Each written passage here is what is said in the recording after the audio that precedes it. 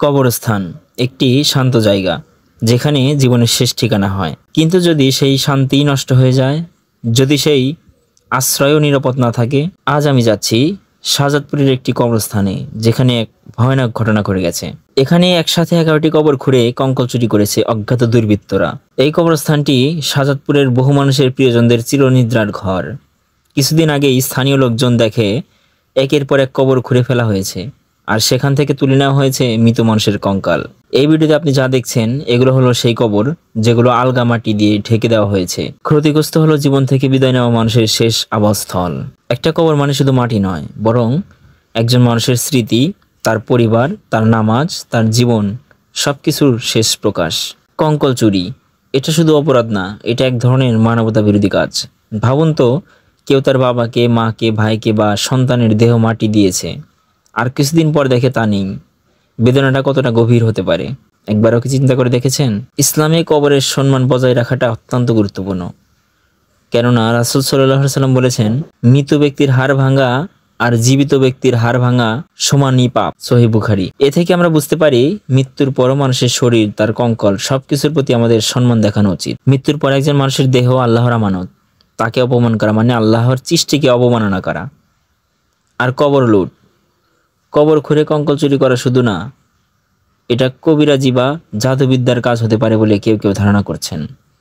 কিন্তু ইসলাম স্পষ্টভাবে এসব হারাম কাজ নিষিদ্ধ করেছে। কবর খুঁড়ে মৃতদেহ অনাদর করা শুধু দুনিয়াতে শাস্তির কারণ নয়, আখিরাতেও কঠিন জবাবদিহি করতে হবে। আজ আমি এখানে দাঁড়িয়ে আছি শাহজাদপুর কবরস্থানে। এই নৃশংসতা দেখে মন ভার হয়ে গেছে। এমন ঘটনা যেন আর কোথাও না ঘটে, কারো শেষ ঠিকানাও যেন নিরাপদ থাকে না।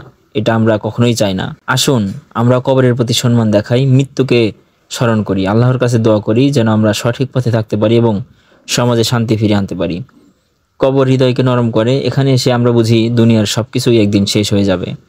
তাই আমরা সুন্নাহ মেনে জীবন কাটাই এবং কবর পর্যন্ত আমাদের ঈমান বাঁচিয়ে রাখি। সবশেষে বলি, ইন্না লিল্লাহি ওয়া ইন্না ইলাইহি রাজিউন। যে যেখানে শুয়েছিল তাকে যেন আল্লাহ জান্নাত নসিব করেন, আর যারা এই জঘন্য কাজ করেছে, আল্লাহ যেন তাদের হেদায়েত দান করেন। আচ্ছা, এখানে যে ঘটনাটা ঘটছে, এটা আনুমানিক কয়টাই হবে আর কবে, কিভাবে ঘটছে, আপনারা বুঝলেন কেমনে, কখন? এই আমাবাসী আছে কবে কথা সোমবারে। এই আমাবাসী রাখি এই এলাকারই এক ভাইকে জিজ্ঞেস করব যে আসলে ঘটনাটা কি, কিভাবে ঘটছে, কি হয়েছে। আসলে গত সোমবারে অমাবস্যা রাত গেছে, রাত্রে রাত প্রায় সম্ভবত 2টার দিকে ঘটনা ঘটে। কবরস্থান থেকে প্রায় 11টা কিংবা তার বেশি লাশ চুরি হয়ে যায়। যেহেতু সবাই রাত্রে আন্ধারি রাত ছিল, সবাই ওইভাবে দেখতে পারে নাই। পরে সকালে সবাই আসছে, আসার পরে দেখছে, দেখার পরে পুলিশ আসছিল, পুলিশ আসার পর তদন্ত করছে, তদন্ত সম্ভবত এখনো চলতেছে। তো একটু দর্শক, কি পরিমাণ অমানবিক মানুষ এরকম করতে পারে? আসলে এরা কি মুসলমান নাকি মুসলমান নামে কলঙ্ক? যদি মুসলমানের বাচ্চাই নিছে, কিন্তু এটা আসলে নামে মুসলমান। তো আচ্ছা, ইসলামের দৃষ্টিকোণ থেকে আপনি এটা কিভাবে দেখেন যে আসলে আসলে সাধারণ মুসলমানের পক্ষে, যারা প্রকৃত মুসলমান, তাদের পক্ষে কি এটা সম্ভব আদৌ? না, ইসলামের দিক দিয়ে দেখতে গেলে তো যেহেতু এটা মুসলিমদের কবরস্থান, তো এখান থেকে মুসলিমদের লাশ এটা গায়েব হওয়া, এটা আসলে মৃত মানুষ মানে মরার পরেও আত্মীয় স্বজন যারা আছে, বাবা মা, কারো হয়তো দাদা, কারো হয়তো দাদি, এরা মারা যায়, শেষ স্মৃতিটুকু হিসেবে মানে তারা কবরস্থানে লাশটুকু তারা দেখতে আসে, জিয়ারত করতে আসে। তো যখন একটা কবরস্থান থেকে সেই লাশটাই চুরি হয়ে যায়, তখন তো মানুষের সেটা একটা আবেগে ভরা। আর ইসলামের দৃষ্টিকোণ থেকে এটা তো জঘন্য একটা অপরাধ। মৃত্যুর পরে তার লাশ আল্লাহ তাআলা মানে কিভাবে রাখবে আল্লাহ ভালো জানে, কিন্তু যারা এই কাজটি করছে সম্পূর্ণ অমানবিক একটা কাজ করছে। আমরা এর দৃষ্টান্তমূলক তদন্তের মাধ্যমে তাদেরকে খুঁজে বের করে তাদের শাস্তি চাই। এখন প্রশাসন যা করে সেটা দেখা যাবে। আচ্ছা, ধরেন এগুলা যারা নিছে, তারা তো কাজের জন্য নিছে।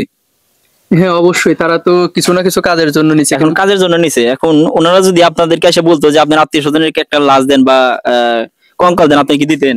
না, এটা অসম্ভব।